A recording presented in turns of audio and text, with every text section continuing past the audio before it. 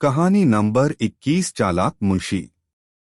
एक दिन अकबर बादशाह के दरबार में एक व्यक्ति नौकरी मांगने के लिए अर्जी लेकर आया। उससे कुछ देर बातचीत करने के बाद बादशाह ने उसे चुंगी अधिकारी बना दिया। बीरबल जो पास ही बैठा था यह सब देख रहा था। उस आदमी के जाने के बाद वह बोला, यह आदमी जरूरत से ज्यादा चालाक जान पड़ता है, बेईमानी किए बिना नहीं रहेगा।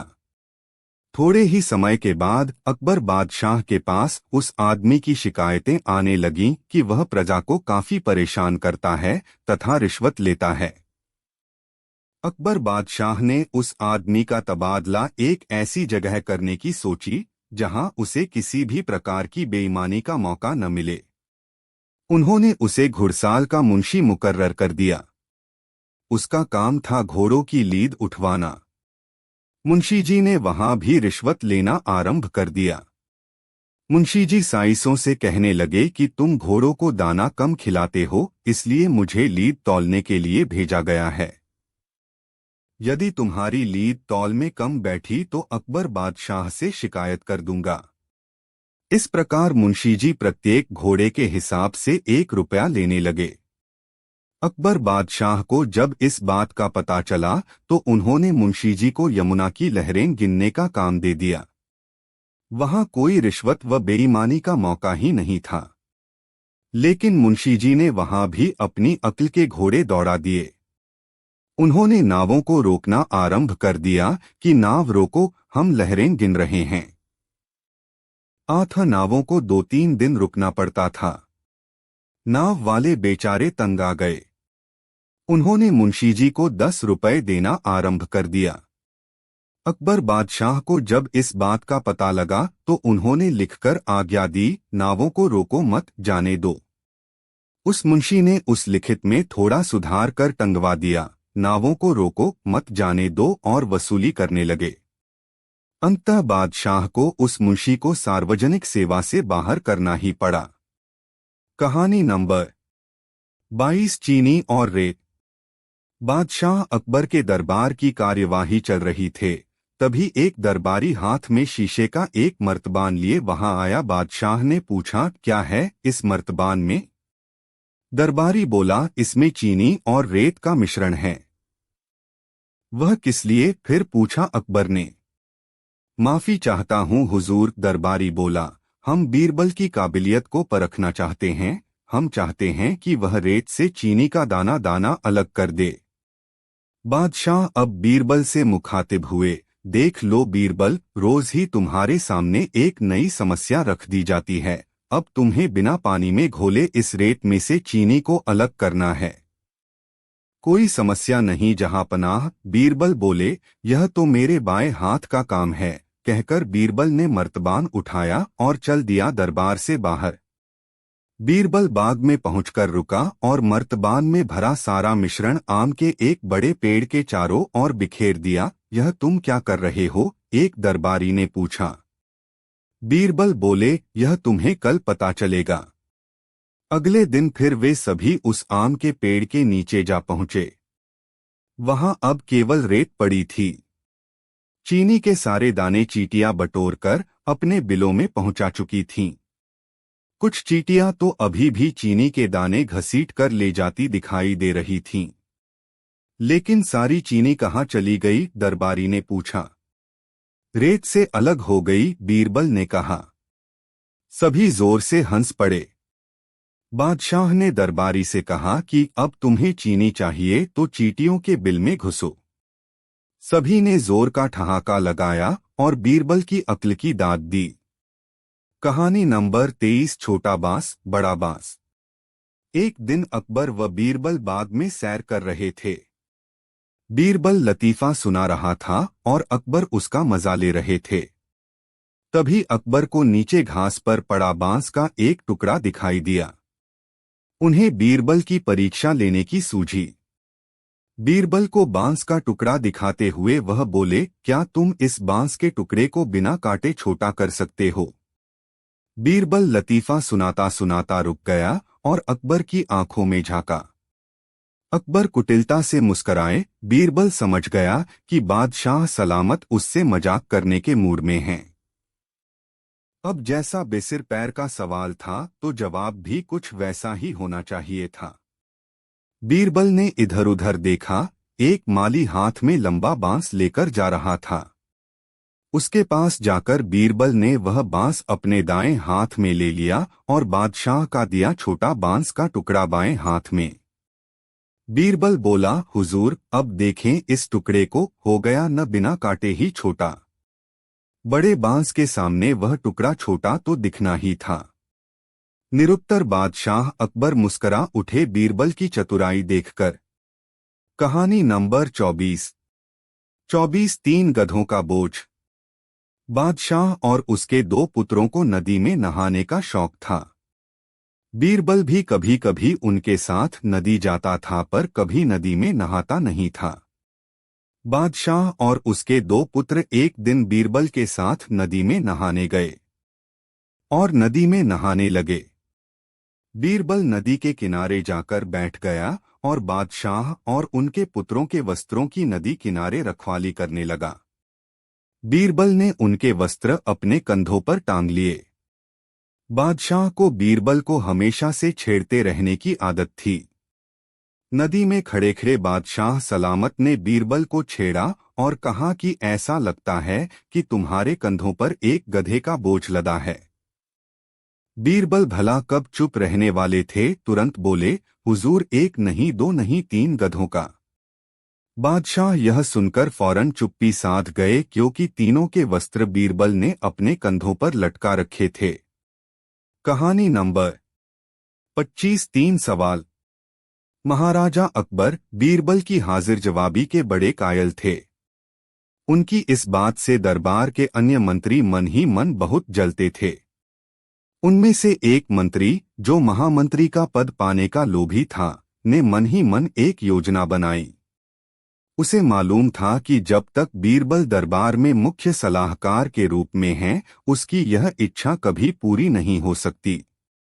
एक दिन दरबार में अकबर ने बीरबल की हाजिर जवाबी की बहुत प्रशंसा की। यह सब सुनकर उस मंत्री को बहुत गुस्सा आया।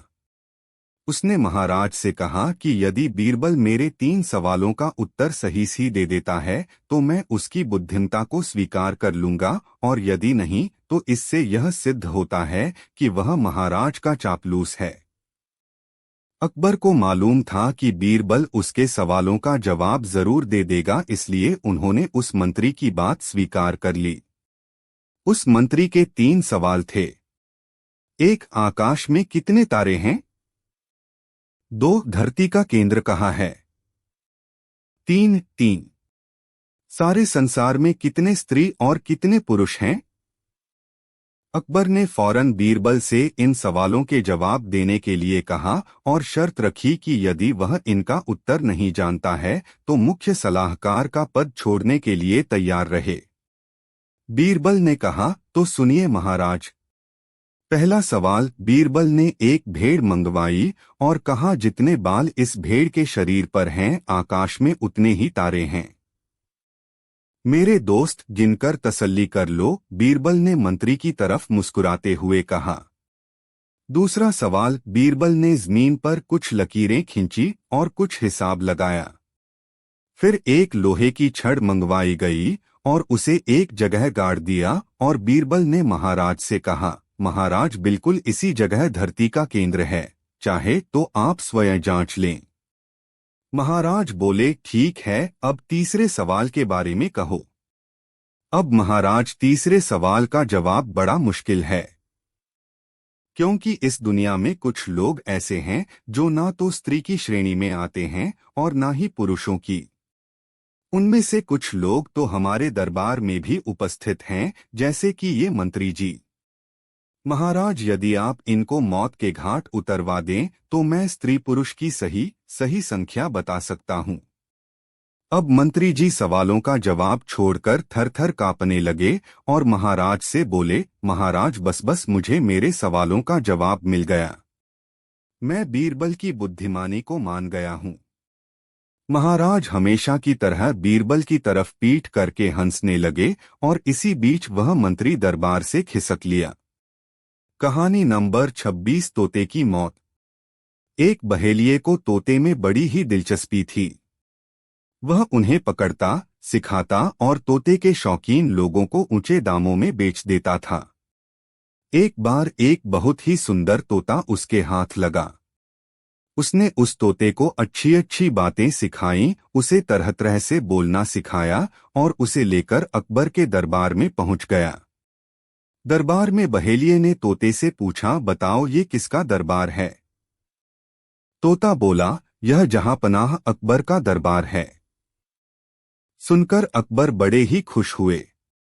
वह बहेलिये से बोले, हमें यह तोता चाहिए, बोलो इसकी क्या कीमत मांगते हो?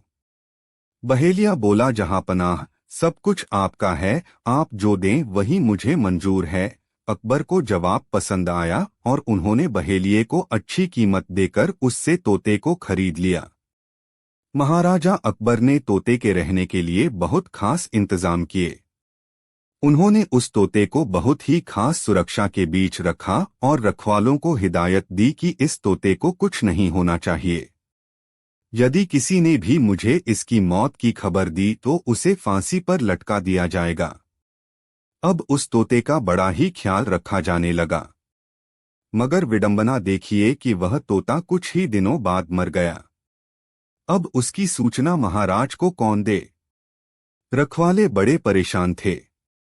तभी उनमें से एक बोला कि बीरबल हमारी मदद कर सकता है, और यह कहकर उसने बीरबल को सारा वृत्तांत सुनाया तथा उससे मदद मांगी। बीरबल ने एक क्षण कुछ सोचा और फिर रखवाले से बोला, ठीक है, तुम घर जाओ, महाराज को सूचना मैं दूंगा। बीरबल अगले दिन दरबार में पहुंचे और अकबर से कहा, हुजूर आपका तोता। अकबर ने पूछा, हाँ हाँ, क्या हुआ मेरे तोते को? बीरबल ने फिर डरते डरते कहा, आपका तोता जहांपना। हाँ हाँ बोलो बीरबल, क्या हुआ तोते को? महाराज आपका तोता। बीरबल बोला, अरे खुदा के लिए कुछ तो कहो बीरबल, मेरे तोते को क्या हुआ?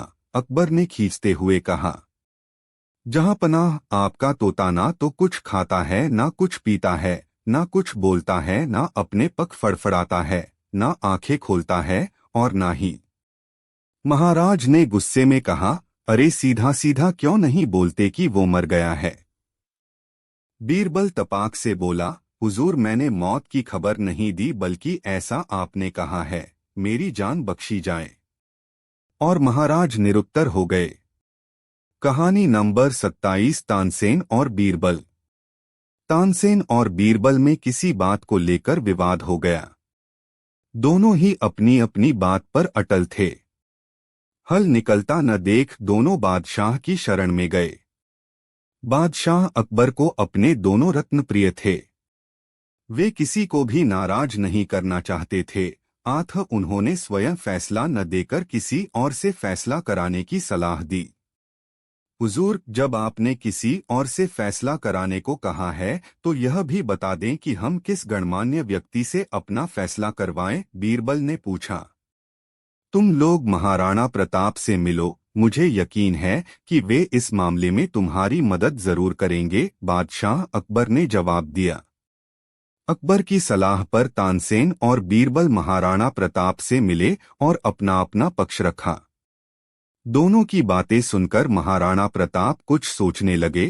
तभी तानसेन ने मधुर रागिनी सुनानी शुरू कर दी। महाराणा मदहोश होने लगे। जब बीरबल ने देखा कि तानसेन अपनी रागिनी से महाराणा को अपने पक्ष में कर रहा है तो उससे रहा न गया। तुरंत बोला, महाराणा जी, अब मैं आपको एक सच्ची बात बताने जा रहा हूँ। जब हम दोनों आपके पास आ रहे थे तो मैंने पुष्कर जी में जाकर प्रार्थना की थी कि मेरा पक्ष सही होगा तो 100 गाय दान करूंगा, और मियाँ तानसेन जी ने प्रार्थना कर यह मन्नत मांगी कि यदि वह सही होंगे तो 100 गायों की कुर्बानी देंगे। महाराणा जी, अब 100 गायों की जिंदगी आपके हाथों में है। बीरबल की यह बात सुनकर महाराणा चौंक गए। भला एक हिंदू शासक होकर गो हत्या के बारे में सोच कैसे सकते थे? उन्होंने तुरंत बीरबल के पक्ष को सही बताया। जब बादशाह अकबर को यह बात पता चली तो वह बहुत हंसे। कहानी नंबर 28 दाढ़ी की आग। बादशाह अकबर की यह आदत थी कि वह अपने दरबारियों से तरह तरह के प्रश्न किया करते थे। एक दिन बादशाह ने दरबारियों से प्रश्न किया, अगर सबकी दाढ़ी में आग लग जाए, जिसमें मैं भी शामिल हूं, तो पहले आप किसकी दाढ़ी की आग बुझाएंगे? हुजूर की दाढ़ी की। सभी सभासद एक साथ बोल पड़े। मगर बीरबल ने कहा, हुजूर, सबसे पहले मैं अपनी दाढ़ी की आग बुझाऊंगा, फिर किसी और की दाढ़ी की ओर देखूंगा। बीरबल के उत्तर से बादशाह बहुत खुश हुए और बोले, मुझे खुश करने के उद्देश्य से आप सब लोग झूठ बोल रहे थे। सच बात तो यह है कि हर आदमी पहले अपने बारे में सोचता है। कहानी नंबर 29 दरख्त टेढ़ा क्यों? एक दिन अकबर और बीरबल वन विहार के लिए गए। एक टेढ़े पेड़ की ओर इशारा करके अकबर ने बीरबल से पूछा, यह दरख्त टेढ़ा क्यों है? बीरबल ने जवाब दिया, यह इसलिए टेढ़ा है क्योंकि ये जंगल के तमाम दरख्तों का साला है। बादशाह ने पूछा, तुम ऐसा कैसे कह सकते हो? बीरबल ने कहा, दुनिया में ये बात मशहूर है कि कुत्ते की दुम और साले हमेशा टेढ़े होते हैं। अकबर ने पूछा, क्या मेरा साला भी टेढ़ा है? बीरबल ने फौरन कहा, बेशक जहांपना। अकबर ने कहा, फिर मेरे टेढ़े साले को फांसी चढ़ा दो। एक दिन बीरबल ने फांसी लगाने के 3 तख्ते बनवाए, एक सोने का, एक चांदी का और एक लोहे का। उन्हें देखकर अकबर ने पूछा, 3 तख्ते किस लिए? बीरबल ने कहा, गरीब नवाज, सोने का आपके लिए, चांदी का मेरे लिए और लोहे का तख्ता सरकारी साले साहब के लिए। अकबर ने अचरज से पूछा, मुझे और तुम्हें फांसी किस लिए? बीरबल ने कहा, क्यों नहीं जहां पनाह, आखिर हम भी तो किसी के साले हैं। बादशाह अकबर हंस पड़े। सरकारी साले साहब के जान में जान आई। वह बाइज्जत बरी हो गया। कहानी नंबर 30 दूध भाई। बादशाह अकबर तब बहुत छोटे थे जब उनकी मां का देहांत हुआ था। चूंकि वह बहुत छोटे थे, इसलिए उन्हें मां के दूध की दरकार थी। महल में तब एक दासी रहती थी जिसका शिशु भी दुधमुहा था। वह नन्हे अकबर को दूध पिलाने को राजी हो गई। दासी का वह पुत्र व अकबर दोनों साथ साथ दासी का दूध पीने लगे। दासी के पुत्र का नाम हुसिफ था। चूंकि हुसिफ व अकबर ने एक ही स्त्री का दुग्धपान किया था, इसलिए वे दूध भाई हो गए थे। अकबर को भी लगाव था हुसिफ से। समय बीतता रहा। अकबर बादशाह बन गए और देश के सर्वाधिक शक्तिशाली सम्राट बने। लेकिन हुसिफ एक मामूली दरबारी तक न बन पाया। उसकी मित्रता जुआरियों के साथ थी और कुछ ऐसे लोग भी उसके साथी थे जो पैसा फिजूल बहाया करते थे। एक समय ऐसा आया जब हुसिफ के पास 2 समय के भोजन के लिए भी पैसा पास न था। लोगों ने तब उसे बादशाह के पास जाने को कहा। हुसिफ ने बादशाह अकबर के पास जाने की तैयारी शुरू कर दी। हुसिफ के दरबार में पहुंचते ही बादशाह ने उसे ऐसे गले लगाया जैसे उसका सगा भाई ही हो। लंबे अरसे के बाद हुसिफ को देख बादशाह बेहद खुश थे। उन्होंने उसकी हर संभव सहायता करनी चाहिए। हुसिफ को अकबर ने दरबार में नौकरी दे दी। रहने के लिए बड़ा मकान, नौकर चाकर, घोड़ा गाड़ी भी दी। निजी खर्च के लिए एक मोटी रकम हर महीने उसको मिलती थी। अब हुसिफ की जिंदगी अमन चैन से गुजर रही थी।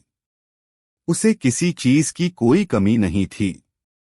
यदि तुम्हारी कुछ और जरूरतें हों तो बेहिचक कह डालो, सब पूरी की जाएंगी, बादशाह ने हुसिफ से कहा।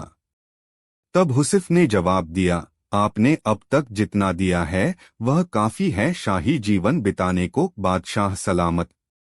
आपने मुझे इज्जत बख्शी, सर उठाकर चलने की हैसियत दी। मुझसे ज्यादा खुश और कौन होगा? मेरे लिए यह भी फक्र की बात है कि देश का सम्राट मुझे अपना भाई मानता है। और क्या चाहिए हो सकता है मुझे, कहते हुए उसने सिर खुजाया। होठों पर एहसान भरी मुस्कान थी, लेकिन लगता था उसे कुछ और भी चाहिए था।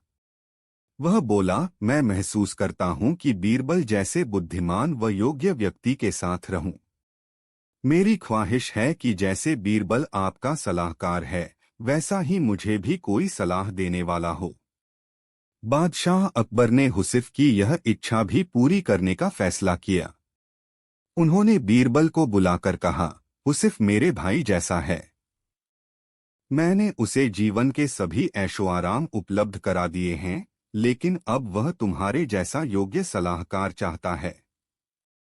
तुम अपने जैसा, बल्कि यह समझो अपने भाई जैसा कोई व्यक्ति लेकर आओ जो हुसिफ का मन बहला सके। वह बातूनी न हो, पर जो भी बोले नपातुला बोले। उसकी बात का कोई मतलब होना चाहिए। समझ गए न कि मैं क्या चाहता हूं? पहले तो बीरबल समझ ही न पाया कि बादशाह ऐसा क्यों चाहते हैं। उसे हुसिफ में ऐसी कोई खूबी दिखाई न देती थी।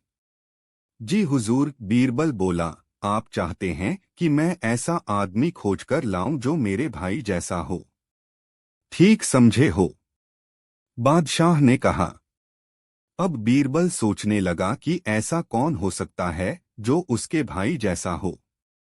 हुसिफ भाग्यशाली है जो बादशाह उसे अपना भाई मानते हैं और उसे सारे ऐशो आराम उपलब्ध करा दिए हैं। लेकिन बीरबल को हुसिफ की यह मांग जची नहीं की। उसके पास भी बीरबल जैसा सलाहकार हो। बादशाह बेहद सम्मान करते थे बीरबल का, और बीरबल भी बादशाह पर जान छिड़कता था। लेकिन हुसिफ तो इस लायक कतई नहीं था। अब बीरबल सोच ही रहा था कि समस्या को हल कैसे किया जाए, तभी पास की पशुशाला से सांड के रंभाने की आवाज आई। बीरबल तुरंत खड़ा हो गया। आखिरकार उसे अपने भाई जैसा कोई मिल ही गया था। अगले दिन उस सांड के साथ बीरबल महल में जाकर अकबर के सामने खड़ा हो गया। तुम अपने साथ इस सांड को लेकर यहाँ क्यों आए हो? बीरबल अकबर ने पूछा। यह मेरा भाई है, बादशाह सलामत, बीरबल बोला। हम दोनों एक ही माँ का दूध पीकर बड़े हुए हैं, गौ माता का दूध पीकर, इसलिए यह सांड मेरे भाई जैसा है। दूध भाई, यह बोलता भी बहुत कम है। जो इसकी भाषा समझ लेता है उसे यह कीमती सलाह भी देता है। इसे हुसिफ को दे दें, मेरे जैसा सलाहकार पाने की उसकी इच्छा पूरी हो जाएगी। बीरबल का यह उत्तर सुनकर अकबर को अपनी गलती का एहसास हुआ। तब उन्हें लगा कि जैसे उन जैसा कोई दूसरा नहीं, वैसे ही बीरबल भी एक ही नंबर 18 चप्पल और पैर। बीरबल बहुत नेक दिल इंसान थे। वह सदैव दान करते रहते थे, और इतना ही नहीं, बादशाह से मिलने वाले इनाम को भी ज्यादातर गरीबों और दीन-दुखियों में बांट देते थे। परंतु इसके बावजूद भी उनके पास धन की कोई कमी न थी। दान देने के साथ साथ बीरबल इस बात से भी चौकन्ने रहते थे कि कपटी व्यक्ति उन्हें अपनी दीनता दिखाकर ठग न लें। ऐसे ही अकबर बादशाह ने दरबारियों के साथ मिलकर एक योजना बनाई कि देखें कि सच्चे दीन दुखियों की पहचान बीरबल को हो पाती है या नहीं। बादशाह ने अपने एक सैनिक को वेश बदलवाकर दीनहीन अवस्था में बीरबल के पास भेजा कि अगर वह आर्थिक सहायता के रूप में बीरबल से कुछ ले आएगा तो अकबर की ओर से उसे इनाम मिलेगा। एक दिन जब बीरबल पूजा पाठ करके मंदिर से आ रहे थे तो भेष बदले हुए सैनिक ने बीरबल के सामने आकर कहा, हुजूर दीवान, मैं और मेरे 8 छोटे बच्चे हैं जो 8 दिनों से भूखे हैं।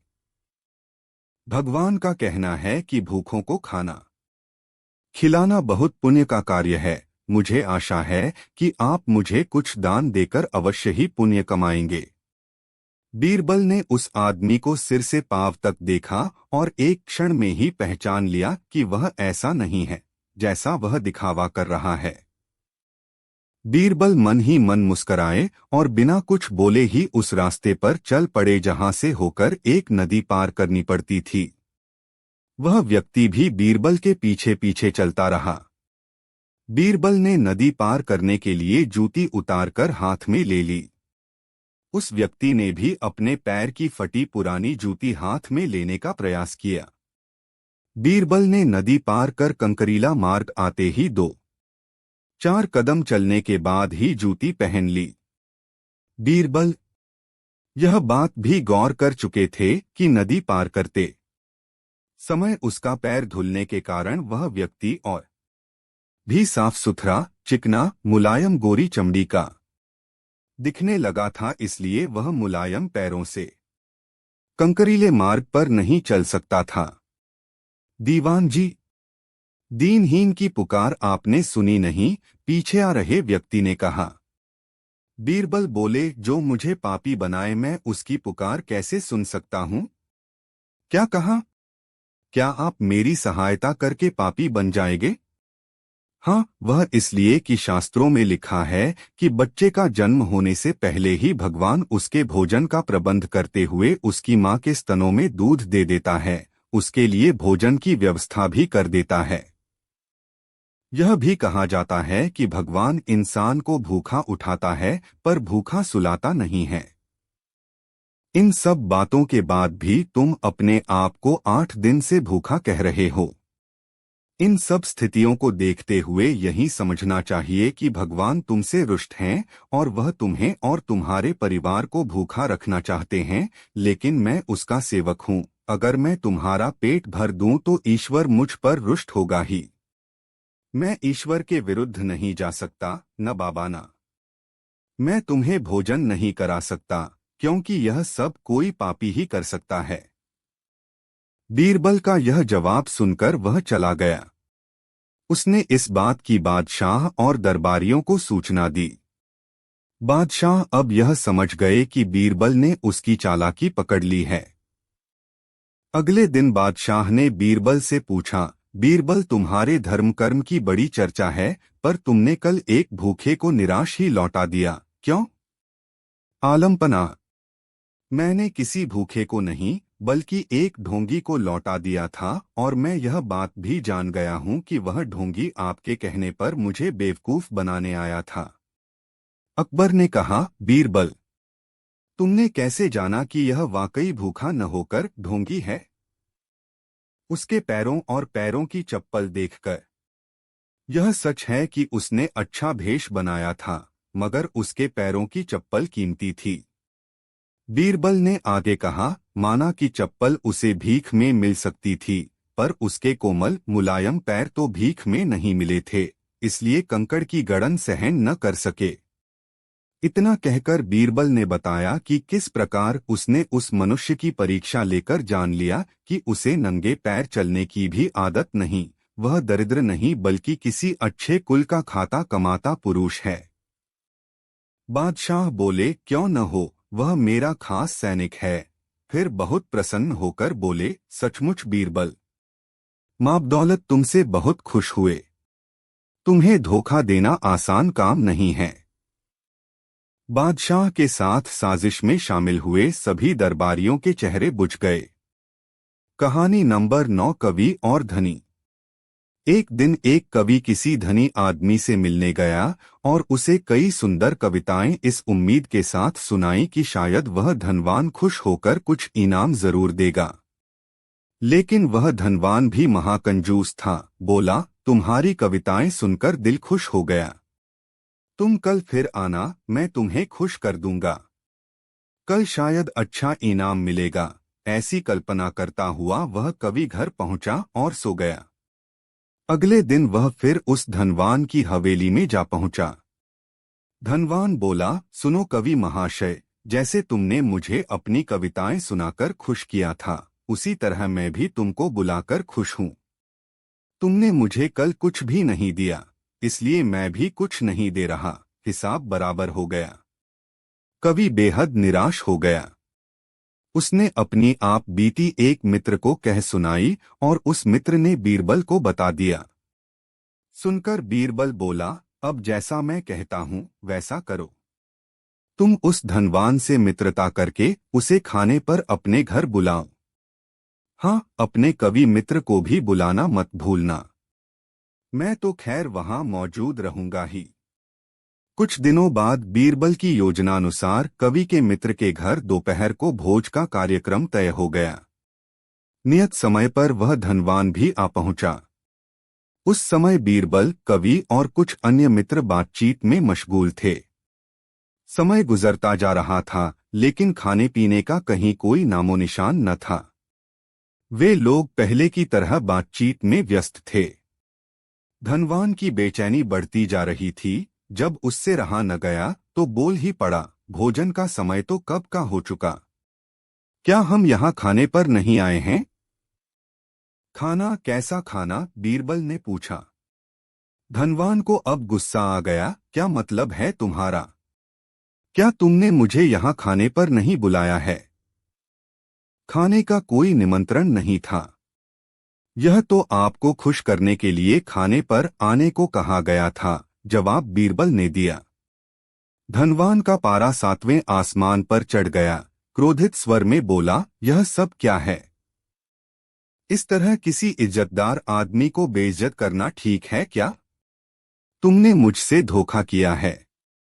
अब बीरबल हंसता हुआ बोला, यदि मैं कहूं कि इसमें कुछ भी गलत नहीं तो? तुमने इस कवि से यही कहकर धोखा किया था ना कि कल आना, सो मैंने भी कुछ ऐसा ही किया। तुम जैसे लोगों के साथ ऐसा ही व्यवहार होना चाहिए। धनवान को अब अपनी गलती का एहसास हुआ और उसने कवि को अच्छा इनाम देकर वहां से विदा ली। वहां मौजूद सभी बीरबल को प्रशंसा भरी नजरों से देखने लगे। कहानी नंबर 10, कौन किसका नौकर। जब कभी दरबार में अकबर और बीरबल अकेले होते थे तो किसी न किसी बात पर बहस छिड़ जाती थी। एक दिन बादशाह अकबर बैंगन की सब्जी की खूब तारीफ कर रहे थे। बीरबल भी बादशाह की हाँ में हाँ मिला रहे थे।